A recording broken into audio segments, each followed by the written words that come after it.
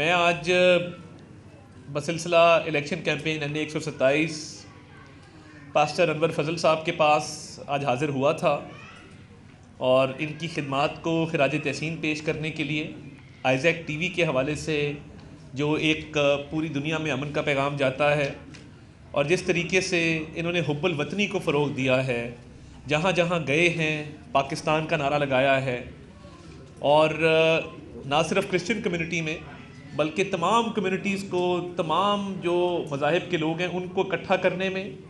और उनमें ये जज्बा उजागर करने में कि हम पाकिस्तान से हैं, ये मुल्क है तो हम हैं। और जो कम्युनिटी के हवाले से खिदमात हैं हर शोबे के अंदर, उस पर भी बातचीत हुई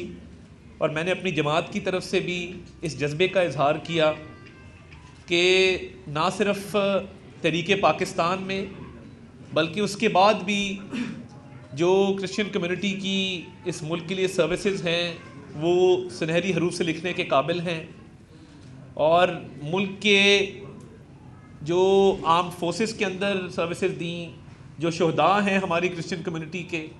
उनको भी खिराज तहसीन पेश किया गया। और मैं ये बात भी यहाँ पर की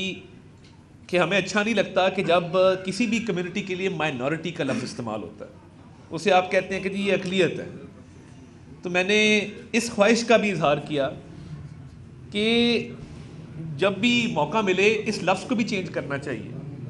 कम्युनिटीज़ को कम्युनिटी समझना चाहिए, ना कि उनको आप छोटा सा एक हिस्सा समझें। हमारे पाकिस्तान के झंडे के अंदर सफ़ेद रंग जो है वो इन कम्युनिटीज़ को रिप्रेजेंट करता है और उस सफ़ेद रंग की लाज पास्टर अनवर फजल साहब ने रखी है कि जहाँ जहाँ गए हैं इन्होंने इस परचम को लहराया है, पाकिस्तान की बात की है, हुब्बुल वतनी को फ़रोग़ दिया है। और मैं ये भी समझता हूँ कि जो एक बैनुल मज़ाहिब हमांगी है, इंटरफेथ हार्मनी है और टॉलरेंस है, इसको मज़ीद बढ़ाने की ज़रूरत है। मैं 2-3 दिन पहले फैसल मीर साहब यहाँ मुझे मिले, जो पीपल्स पार्टी के MP के कैंडिडेट हैं बिलावल भुट्टो जरदारी साहब के नीचे। मैंने उनको भी रिक्वेस्ट की कि हम इश्यूज़ पे बात करेंगे, हम डेवलपमेंट की बात करेंगे, हम अवाम के मसाइल की बात करेंगे, हम ज़ातियात की बात नहीं करेंगे। मुल्क की सियासत को जो जहर आलूद किया गया है इसको हमने बेहतर करना है, हमने इश्यूज़ के ऊपर सियासत करनी है, हमने अवाम की जो मसाइल हैं उन पर सियासत करनी है, हमने ज़ातियात पे सियासत नहीं करनी। उनको भी इस बात की यकीन दहानी कराई। और मैं जो ये एक बहुत तशवीश पाई जाती है क्रिश्चियन कम्युनिटी के अंदर भी कि पंजाब में कई वाक़यात हुए, आप गोजरा से शुरू करें और जड़ांवाला तक आएँ तो एक अदम तहफ़्फ़ुज़ का तासुर मौजूद है। हम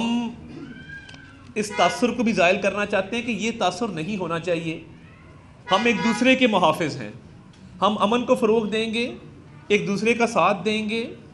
एक दूसरे के ज़ामन बनेंगे, एक दूसरे के मुहाफ़िज़ बनेंगे तो ये पाकिस्तान तरक्की करेगा। ये पैगाम है। और मैं पास्टर साहब मौजूद हैं, ज़्यादा सियासी बात नहीं करना चाहता। मैंने जो अपने ख़यालात का इजहार इनके साथ मीटिंग में किया वही मैंने आपके सामने बयान किए, मगर मैं ये बात ज़रूर करना चाहता हूँ कि इस पंजाब को, इस सूबे को मुस्लिम लीग नून ने अमन का गहवारा भी बनाया। जितनी काविशें हुई हैं वो सेफ सिटी के हवाले से हो, वो काउंटर टेररिज्म डिपार्टमेंट के हवाले से हो, वो 1990 की दहाई में जो सेक्टेरियन वायलेंस था उसके ख़ात्मे के हवाले से हो, तो इसमें किरदार हमेशा हमारी पार्टी ने अदा किया है। और ये सेफ सिटी ना होता तो दहशत गर्दी का जो एक लहर आई थी, लाहौर के अंदर भी कई हमले हुए थे, उनका तदारक करने में मदद ना मिल सकती। अगर काउंटर टेररिज्म डिपार्टमेंट ना बनाया जाता शहबाज शरीफ साहब की तरफ से तो आज एक सेंस ऑफ सिक्योरिटी जो है वो ना होती। तुर्की की इश्तराक के साथ जो डॉल्फिन फोर्स बनाई गई वो ना होती तो आज शायद स्ट्रीट क्राइम बढ़ गया होता। तो मैं ये समझता हूँ कि ये सारे वो इक़दामात हैं जो इर्रिस्पेक्टिव ऑफ रिलीजन हर पाकिस्तानी शहरी को तहफ़्फ़ुज़ फ़राहम करने के लिए, उसके जानो माल के तहफ़्फ़ुज़ के लिए किए गए हैं। और इसके साथ साथ मैं ये भी कहना चाहता हूँ कि ये पंजाब में अगर किसी और सूबे से कोई उम्मीदवार आता है, मोस्ट वेलकम, उनका राइट है, मगर वो क्या ये नारा लगा सकते हैं कि हम लाहौर को कराची बना देंगे? कराची वाले तो कहते हैं कि हम चाहते हैं कि कराची लाहौर बने, कराची हमारा शहर है, हमारा हमें अजीज़ है, मगर तामीर और तरक्की का जो सफ़र यहाँ नज़र आता है वो आपको शायद कहीं नहीं मिलेगा। तो सूबाई हुकूमत कायम करने का मौका मिला, जिसके चांस मेरे जो हरीफ यहाँ पे हैं उनसे ज़्यादा हमारे हैं, क्योंकि उनके पास हर सीट पे उम्मीदवार मौजूद नहीं है। पंजाब असेंबली की 297 सीटें हैं, तो हम एक मुस्बत अंदाज में यहाँ पे कैंपेन कर रहे हैं, डेवलपमेंट की बात कर रहे हैं, हम जानो माल के तहफ़्फ़ुज़ की बात कर रहे हैं, और अल्लाह ताला ने मौका दिया तो इस हल्के की तकदीर भी बदलेगी और हम आंगी को भी फ़रोग़ देंगे, और यहाँ पे एक जो अदम बर्दाश्त है उसके ख़ात्मे के हवाले से भी हम बात करेंगे। तो मैं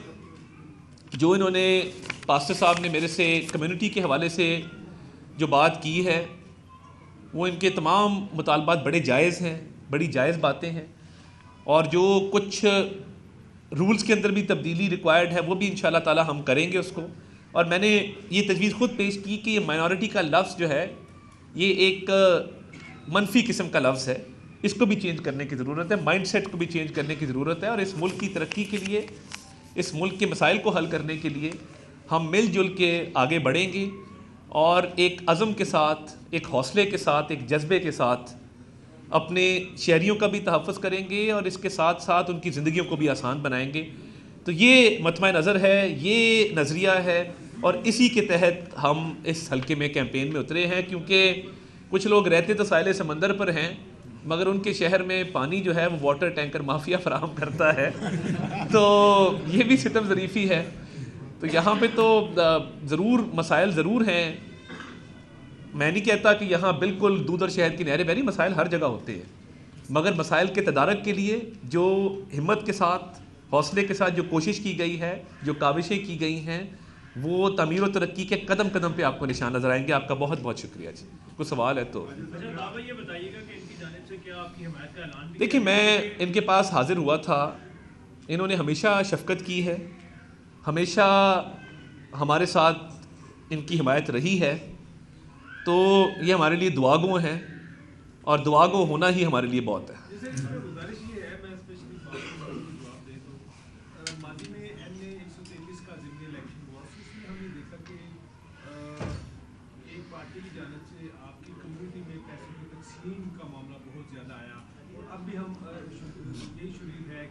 कहीं से बहुत ज़्यादा पैसे आए हैं आपकी कम्युनिटी में तकसीम करने के लिए, ताकि वो वोट परचेज कर सके। इस हवाले से बताइएगा ताकि कम्युनिटी में मैसेज भी जाए और पाकिस्तान की जो सियासत है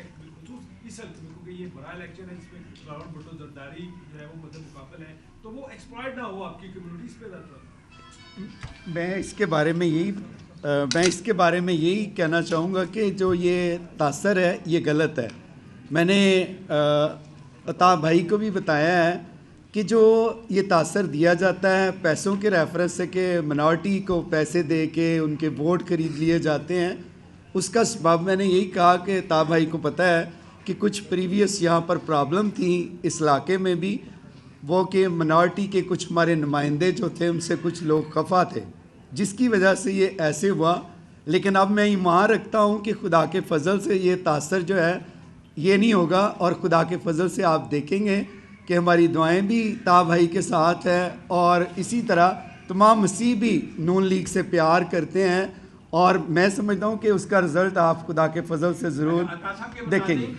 कई दहाइयों तक जो है पंजाब के अंदर हुकूमत रही है नून लीग की, लेकिन इनका हल्का जो है उसके अंदर साफ पानी नहीं है, बहुत सारे मसाइल हैं। ये तो आपने आज तक हालत नहीं बदली, अब क्या इनकलाब लाएंगे यहाँ पे? आप किसी और हल्के से तो नहीं गुजर के आए, क्योंकि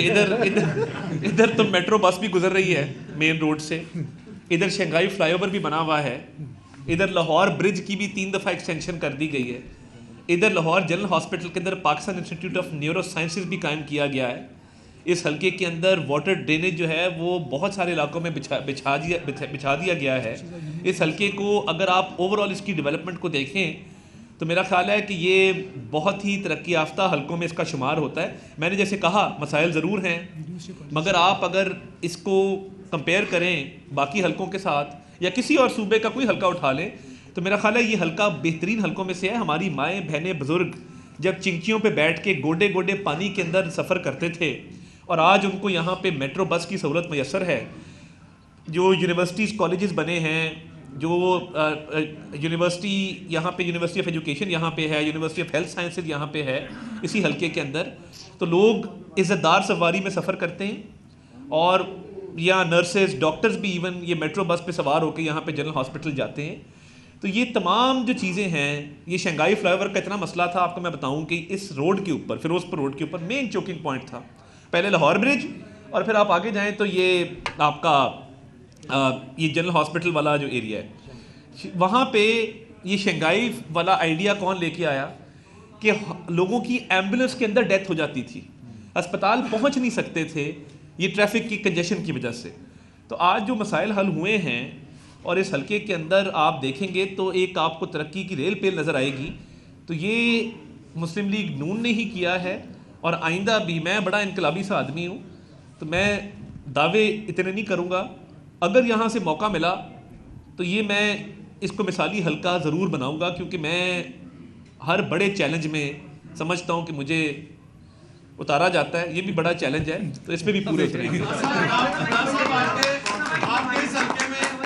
हल्के में अभी तक आपको तो गो एड दे दिया पार्टी ने कि आप कैंपेन भी कर रहे हैं, मुलाकातें भी कर रहे हैं और आप निशाने पर भी हैं जो अपोजिट आपके जो ओपोनेंट कैंडिडेट हैं। अच्छा, इसके अलावा इसमें पीपी 161 है, पीपी 160 है और पीपी 162-63 ये वाले हल्के आते हैं इसमें,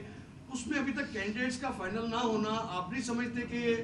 ताखीर हो रही है और इससे पार्टी को भी नुकसान होगा और मोबिलाइज नहीं आप कर सकते, प्रॉपर कैंपेन ही अभी तक लॉन्च जी, ये आपका इसकी नाकामी है। बड़ा इंपॉर्टेंट सवाल है। इसमें 5 पीपियाँ हैं इस हलके के अंदर, पीपी 157 है, पीपी 160 है, पीपी 161 है, पीपी 162 है, पीपी 163 है। तो 160 में असद खोखर साहब कैंपेन कर रहे हैं, 157 है मियां नसीर साहब का हलका है, वॉल्टन के कुछ वार्ड हैं, ये पैकेजेस मॉल वाली साइड पे। हाँ, मेजॉरिटी हलका इसमें 162 है जिधर फैसला जल्द पार्टी कर लेगी। देखिए, पार्टी ने इस दफ़ा तमाम उम्मीदवारों को कायद ने, मियां नवाज शरीफ ने खुद बुला के इंटरव्यू किया, कोई ऐसा शख्स रह नहीं गया कि जिसने एप्लीकेशन दी हो और उसका इंटरव्यू ना हुआ हो। तो मुशावरत का सिलसिला जारी है। आज रात या कल तक